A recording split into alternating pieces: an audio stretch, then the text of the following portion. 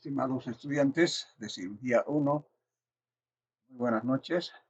Disculpas por el atraso, estaba en curso virtual.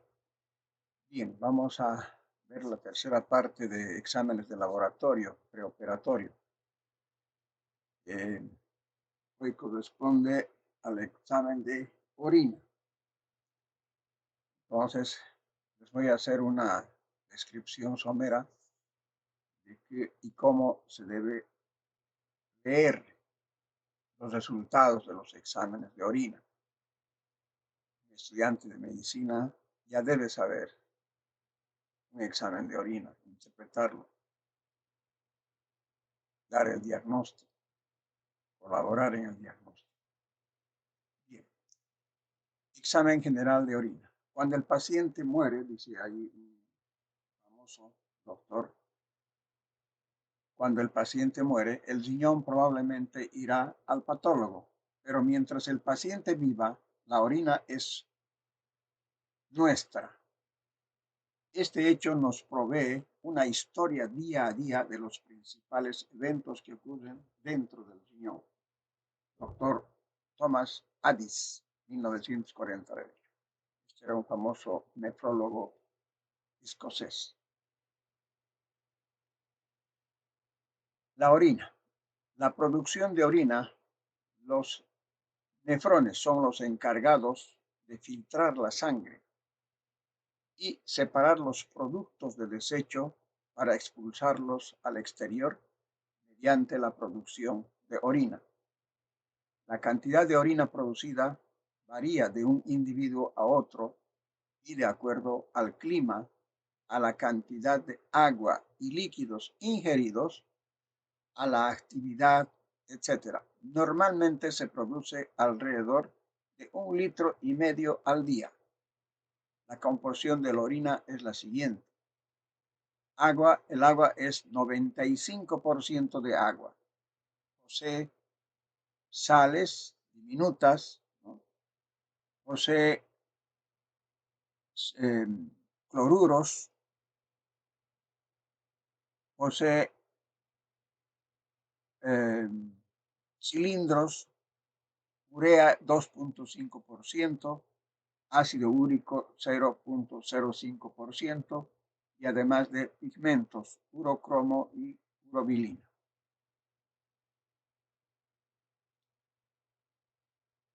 Aquí reiterando qué es lo que tiene la orina.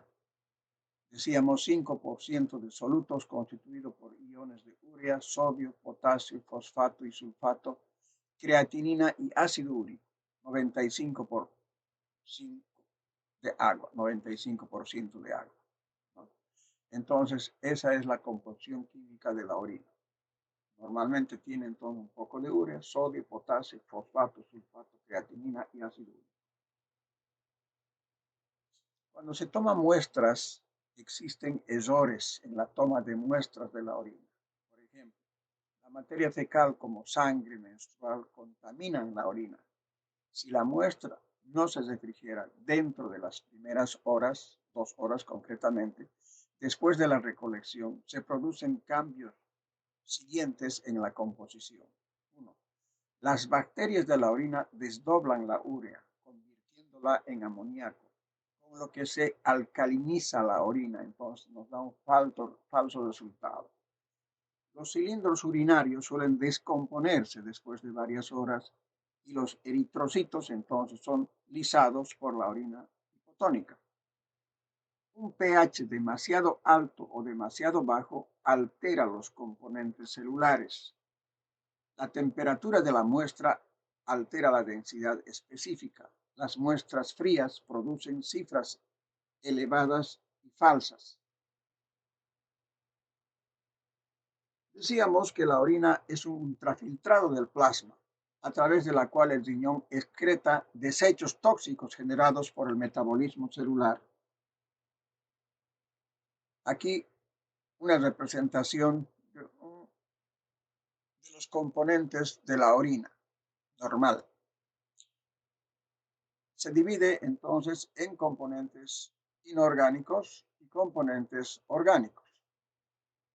Normalmente existe entre los inorgánicos cloruro de sodio de 10 a 15 gramos, potasio de 2 a 4 gramos, ácido sulfúrico 2 a 3 gramos, ácido fosfórico 2 a 3, amoníaco 1.5 a 1 gramo, magnesio 0,1 a 0,2 gramos, calcio 0,3 a 0,4 gramos, hierro 0.005 a 0.010 gramos, otras 0,2 a 0,3 gramos. Entre los componentes orgánicos, no deben pasar estas cifras. Lo normal está la urea de 20 a 30 gramos, la creatinina de 0,8 a 1.2 gramos, el ácido úrico de 0,6 a 0,8 y los cuerpos cetónicos 0.04 gramos. Aquí, como ya decíamos, se elimina aproximadamente 1.4 o 1.5 litros de orina al día. Sin embargo, esto puede subir un poco más o puede bajar, dependiendo, como ya hemos indicado, del clima, de la cantidad de agua, del ejercicio, etc. El volumen urinario normal podemos calcular de 1 a 2 mililitros por kilogramo y por hora. Entonces, ¿cuánto debe eliminar por hora? Calculando 1 a 2 mililitros por kilogramo por hora, sobre todo cuando el paciente está en posoperatorio. A veces no existe cero orina, entonces tenemos que alarmarnos que estamos dando menos líquidos o hay algún problema renal. El volumen urinario disminuido, oliguria, 0,5 a 1 mililitro por kilogramo por hora. En ese caso ya hablamos de una oliguria. Y la anuria corresponde ya, decimos que no está bien, que no existe orina, es cuando calculamos 0,5 mililitros por kilogramo y por hora. Entonces, esa es la forma de conocer. O sea, es fundamental conocer esta, esta tabla, ¿no?, de valores normales. ¿Cuál es la importancia clínica del examen de orina o urinálisis también, ¿no? Obtener información sobre el estado funcional del riñón. Ven ustedes de qué examen tan sencillo que se cree que es. Entonces nos da cómo está el estado funcional del riñón. Detectar la existencia de alteraciones de las vías urinarias. Evidenciar la existencia de problemas metabólicos de índole general, detectables por la eliminación aumentada, disminuida o anormal de metabolitos en la orina. Resumiendo entonces, este examen, el uroanálisis, ¿no?, tenemos entonces los análisis físico-químicos y estos a su vez se dividen en físico y químico y el examen de sedimento urinario. En ese caso hablamos de los eritrocitos, leucocitos, las células epiteliales, los cilindros y los cristales. Ese es el examen del sedimento urinario. En el análisis físico-químico, el físico corresponde al aspecto de la orina, al color, al olor, a la densidad y al pH. Y el químico es el pH urinario, la hemoglobina, la glucosa, las proteínas, los nitritos, las cetonas, el urobilinógeno y la bilirrubina. Entonces, todo esto es que tenemos que estudiarlo y saber. La recolección de muestra. Es importante tanto la técnica como el tiempo de procesamiento de la muestra. Las mujeres deben tener un aseo genital matinal sin antisépticos o jabones. Los hombres lavado del glande retrayendo el prepucio. La primera micción de la mañana, tomarla de la mitad de esta. Se barren contaminantes como bacterias, mocos, células epiteliales. Evitar el ejercicio 2 días antes y evitar vitaminas, antibióticos, etc. El tiempo ideal de análisis después de la recolección es de 2 horas. A las 2 horas máximo hay que empezar a hacer los exámenes. Criterios para obtención, transporte y recibo de muestras clínicas. Decíamos, en la obtención evitar contaminación con organismos saprófitos, seleccionar el material, técnica e instrumentos específicos para proceder a analizar la muestra, el volumen apropiado que hay que mandar al laboratorio es de 50 a 80 ml y obviamente rotular correctamente el nombre, la fecha, la procedencia, etc. El transporte, ¿no?, debe ser así en frascos estériles, la recolección y también el transporte de la muestra. El transporte del establecimiento de salud al laboratorio. El embalaje adecuado para cada tipo de espécimen. Cadenas de frío, hielo seco. Material contra golpes, tecnopor, algodón, papel picado, material sintético. Identificación, sustancia peligrosa, teléfono donde llamar en caso de derrames. Se debe anotar en el formulario cualquier información de interés, tales como si el paciente es inmunosuprimido o si recibe drogas. Inmunosupresoras, si recibe antibióticos o interés de algún germen en especial. Podría ser un paciente, por ejemplo, que ha recibido un trasplante de riñón. Queremos hacer el examen. Los pacientes generalmente están tomando inmunosupresores. Entonces, todas esas cosas hay que anotar.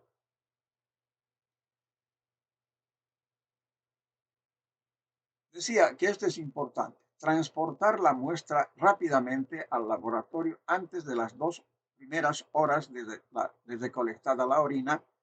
De lo contrario, hay que refrigerar a 4 grados centígrados.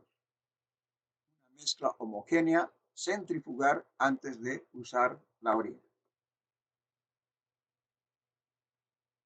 El examen completo de orina, comprende 3 partes. 1, el examen macroscópico. 2, el examen químico. Y 3, el examen microscópico. Voy a reiterar, el examen completo de orina comprende 3 partes: el examen macroscópico, el examen químico y el examen microscópico. El examen macroscópico. Alteraciones de la orina. El color de la orina puede variar circunstancialmente. Algunos de estos cambios son normales y otros son síntomas de una posible enfermedad. Entonces, ¿qué vamos a ver? El aspecto de la orina y luego la posible causa. En el aspecto vamos a ver si la orina es de un color amarillo pálido o incoloro. La orina puede estar muy diluida después de haber bebido mucho líquido, por ejemplo. De un color amarillo oscuro. Hay concentración de la orina causada, por ejemplo, por deshidratación, por exceso de sudor, diarrea o vómito. Un color naranja o rojizo. Algunos medicamentos alteran el color de la orina. Consulta a tu médico. Entonces, por eso se debe preguntar si toma el paciente algún medicamento. Marrón o rojo. Presencia de sangre en la orina.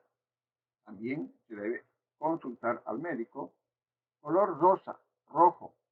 Las zarzamoras, las betadagas, algún colorante alimenticio y los medicamentos producen ese color.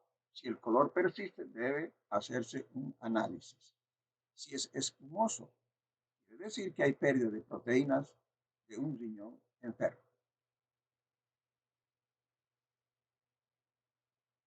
Una orina sana es la orina, es de color paja y casi incolora. Ese es el color de la orina normal. Pero si hay orina de color marrón o rojo, entonces sería una hematuria. Eso no está bien. Amarillo oscuro y aquí marrón. Amarillo pálido, amarillo oscuro. También hay que investigar. La orina normal recién emitida es límpida o muy ligeramente turbia. Puede presentarse turbidez debido a proteínas, bacterias, cristales. La turbidez con aspecto ahumado puede ser debido a la presencia de eritrocitos. Vamos a ver ahora el análisis químico. Para esto se utiliza tiras reactivas tipo Combi Screen. Es un test rápido para el diagnóstico y la detección precoz, por ejemplo, de la diabetes, enfermedades hepáticas, hemolíticas, trastornos del metabolismo y enfermedades del tracto urogenital. Todos los resultados salen en un minuto. La escala cromática que permite diferenciar claramente los virajes de color. Aquí los vamos a interpretar, luego de colocar dentro y de acuerdo a esto entonces tenemos aquí, nos avisa a qué corresponde. La lectura visual vertical, ergonomía y bioseguridad. Aquí tiene que estar, que no se rompa, que no perdamos, etcétera. Puede ser muy valiosa la muestra. 2. Lectura, análisis químico de la orina. Entonces la lectura se puede hacer en estas tirillas, aquí en el patrón está, vamos a comparar el color. Humedecer, entonces, primero completamente la tira reactiva en la orina y luego escurrir y luego interpretar de acuerdo al color que corresponde. Densidad. Vamos a ver primero la densidad. Normalmente la densidad de la orina varía entre 1015 a 1025. Entonces, estas cifras me las tengo que aprender. ¿No? ¿Para qué? Para que pueda hacer mi lectura de examen de orina. En el examen les voy a dar alguna prueba para que ustedes me interpreten el examen de orina. Casi siempre las orinas de poca densidad son abundantes y las de elevada densidad son escasas. Una excepción notable es la diabetes sacarina, en la que hay poliuria, orina abundante, con densidad elevada. Entonces ya sabemos la densidad aquí, que puede ser, digamos, 1050, 1080, etcétera. Y además, si tuviera azúcar, entonces, o glucemia, entonces tendríamos ya una sospecha fuerte de una diabetes. Sangre. Pseudoperoxidasa de la mioglobina y de la hemoglobina, en presencia de un hidroperoxido orgánico y un cromogeno, produce un color verde homogéneo, como este, verde homogéneo. La sangre oculta en orina enfermedad del tracto urogenital y de los riñones propiamente dicho. Proteínas. Todo esto colores negativo, todo esto positivo. Se basa en la reacción de error proteico, fenómeno que se caracteriza por el punto de cambio de algunos indicadores de pH. Es diferente en presencia de proteínas. Sirve para el diagnóstico y tratamiento de las enfermedades renales, la presencia de proteínas.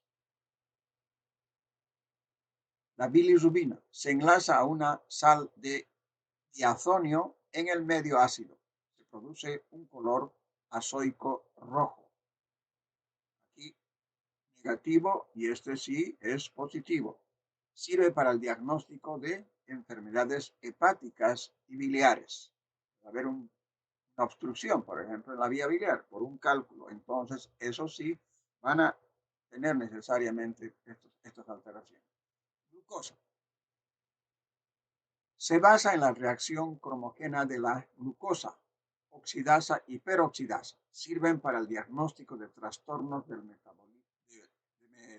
metabolismo de los carbohidratos, tales como la diabetes y las hiperglicemias en general. Entonces, el examen acá tiene que ser así, de este color y positivo. Eso es positivo entonces para examen de glucosa. Las cetonas. El ácido acético y la acetona reaccionan con el nitroprusiato sódico en un medio alcalino, desarrollándose un complejo de color violeta. Sirve para el diagnóstico de la cetoacidosis, así como para el tratamiento y control de pacientes que padecen diabetes. Entonces tenemos la presencia de cetonas más glucemia, paciente está en cetoacidosis. Es fácil el diagnóstico. más elevado la densidad.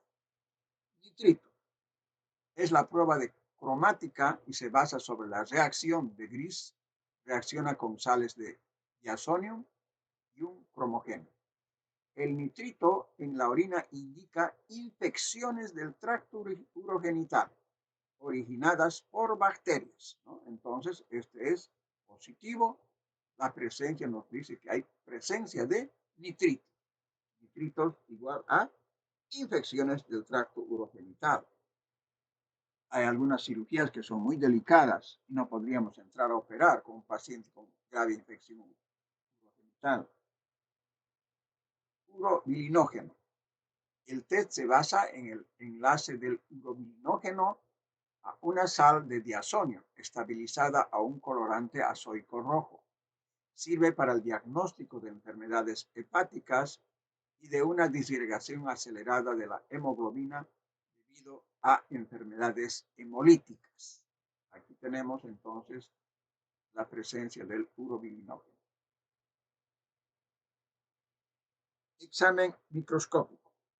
La tercera forma de hacer el estudio de la orina. Primero, mezclamos la orina. Vertemos la orina en un tubo de ensayo para centrifugar. Hacemos a 2500 revoluciones por minuto durante 5 minutos. Luego vertemos el sobrenadante de la orina centrifugada a un tubo y agitamos el tubo para que el sedimento forme una nueva suspensión. Extraemos una gota de la suspensión en el portaobjeto y luego lo cubrimos con un cubreobjeto. Y examinamos primero con 10 dioptrías y luego con 40. Cilindros. Vamos a ver entonces. Los cilindros son más o menos de esta forma. Es un cilindro largo y arrollado, atraviesa todo el campo, el portaobjeto, todo el campo. Estos cilindros son homogéneos, incoloros, transparentes y poco refringentes, por lo que son fáciles de omitir. A veces no los vemos bien. Los cilindros granulosos suelen ser más grandes que los hialinos y presentar inclusiones granulares y se observan hematíes a su alrededor. Hay algunos hematíes a su alrededor. Por ejemplo, está a su alrededor. Cilindro epitelial son células del epitelio tubular adheridos a una matriz hialina. Los cilindros aquí tenemos la matriz hialina. Cilindros sérios suelen ser más anchos que los hialinos y muestran una refringencia mucho mayor y no son fáciles de omitir. Presentan muescas o hendiduras aquí, hendiduras finas en sus bordes que se dirigen perpendicularmente al eje longitudinal del cilindro. Este es el eje longitudinal y aquí vienen entonces estas características de estos cilindros. Otra forma de presentar se presentan como muescas o hendiduras finas en sus bordes que se dirigen perpendicularmente al eje longitudinal del cilindro. Esta muestra es mucho mejor. Cilindros leucocitarios. Se producen cuando ocurre una exudación intensa de leucocitos y al mismo tiempo se eliminan proteínas por el túbulo. Su presencia tiene fundamental importancia ya que demuestra que la inflamación es de origen renal, casi siempre a causa, por ejemplo, de una pielonefritis. Entonces, estas imágenes, ¿no?, son más graves, ¿no?, de este tipo de cilindros leucocitarios, fíjense bien. Entonces, esto está viniendo prácticamente del riñón, está produciéndose una pielonefritis, una grave infección intrarenal. Vamos a ver entonces ahora los cristales. Vamos a ver ácido úrico. En la orina ácida pueden adoptar múltiples formas. Cuadros romboidales, rosetas, forma de pesa, basiles, bastones, son frecuentes en orinas concentradas, como ocurre en la fiebre, en la gota y en la lisis tumoral. Esos tres casos, fiebre, gota y lisis tumoral. Entonces, en la gota hay que ver que esto es muy importante. El paciente incluso se queja del dolor en el dedo gordo del pie porque tiene ácido úrico alto. Entonces, el examen de sangre también tiene ácido úrico, pero también encontramos en orina este tipo de características de cristales. Diferentes formas, romboidales, rosetas, basiles, bastones, etc. Los uratos se encuentran en forma amorfa, orinas ácidas, ya para eso hemos visto ya eso, o conformando un cilindro, lo que puede llevar a confusión. Cuando se eliminan en grandes cantidades, se reconocen macroscópicamente como un precipitado rojo pardo de color polvo de ladrillo, dice algo. Color polvo de ladrillo. Esos son los uratos. También cuando tenemos graves problemas de cálculos. Oxalato de calcio. El oxalato de calcio es incoloro y muy birefringente. Es característica su forma en sobre de carta, ¿no? Se producen con gran frecuencia luego de la ingesta de alimentos ricos en oxalato, por ejemplo, tomates, ¿no? Es muy rico en oxalato. Entonces, si esto exagera, entonces se van a formar, ¿no?, en el riñón cálculos de oxalato de calcio, ¿no? Entonces, es nada más porque estamos exagerando en alimentos muy ricos en oxalato. Fosfato amónico magnésico. Se aprecian estas como formas incoloras en tapa de ataúd, dice, ¿no? Realmente parece un ataúd. En la orina alcalina, esa es la característica. Orina alcalina aparecen como consecuencia de la fermentación amoniacal en casos de bacteriuria marcada. Entonces hay una infección. Hay fosfatos amónico-magnésicos también. Cistina.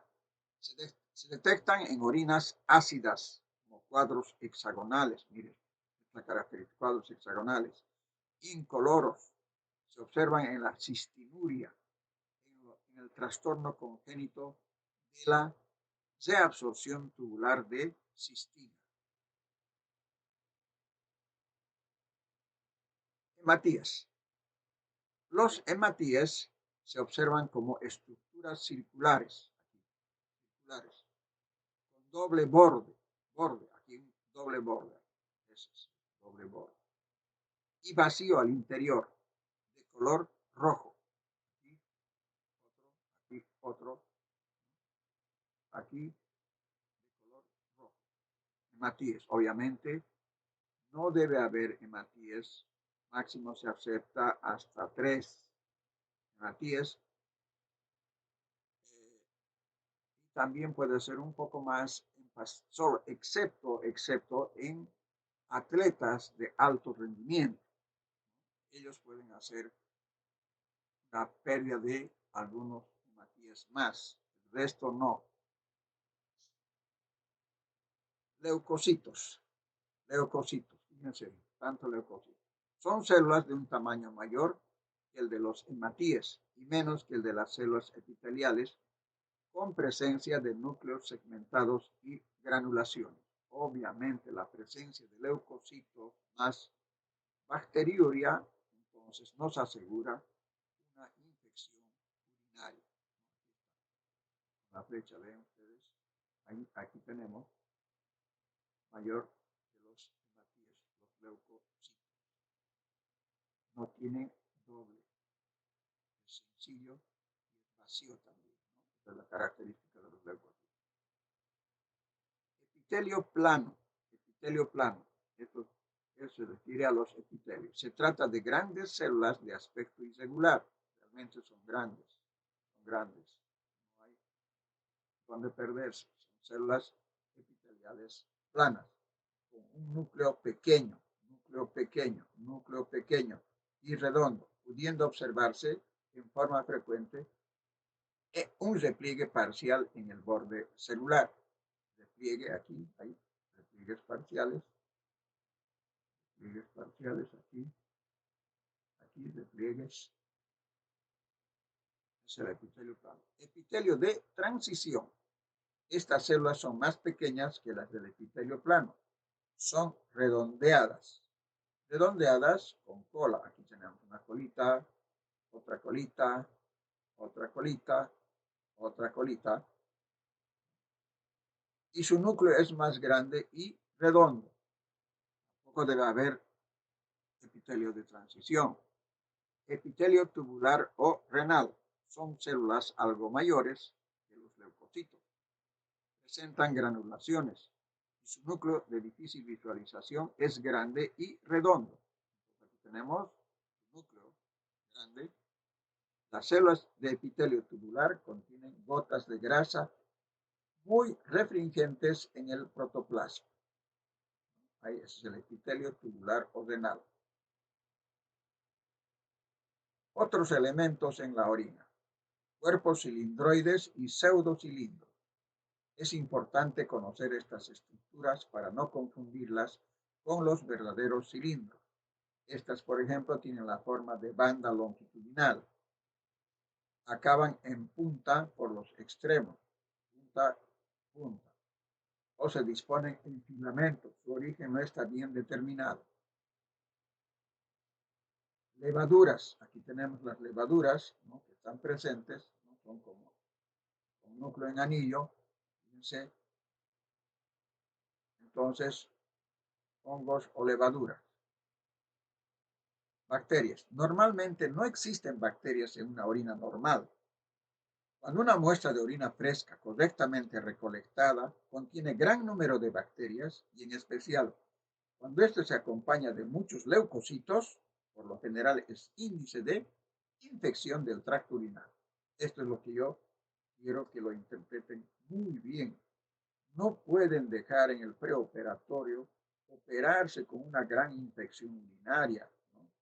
o dejar de no dar un antibiótico preventivo, ¿no? Entonces, tiene que estar muy bien el paciente, sobre todo el paciente que programado, ¿no?, total, en la emergencia, pues podemos hasta dejar pasar, pero no en un paciente programado, tiene que estar correctamente interpretado.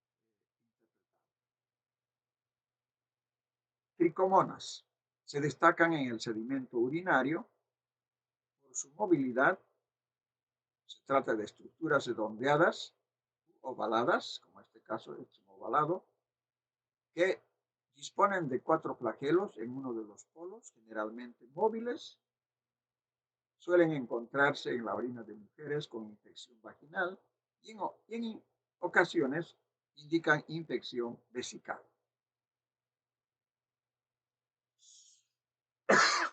Espermatozoides. En orina de varón tiene significancia clínica por presentar inflamación a nivel prostático. En la mujer no tiene significancia clínica. Conclusiones. La literatura científica disponible no contiene informaciones suficientemente rigurosas sobre exámenes preoperatorios de rutina. No existen exámenes de rutina. Siempre debemos basarnos en lo que nos dice la historia clínica. Y conforme a eso vamos a ir pidiendo los exámenes que sean necesarios en el preoperatorio. Los exámenes preoperatorios no deben ser solicitados de rutina, sino de acuerdo con el propósito básico de guiar y optimizar el cuidado perioperatorio. Puede ser un gran cirujano, pero si no cuida desde el preoperatorio al paciente, los resultados no van a ser buenos. No solamente se trata de operar bien, sino se trata de preparar bien desde el preoperatorio, durante el intraoperatorio y el postoperatorio. Entonces, las 3 cosas son importantes para que salga bien un paciente después de una cirugía.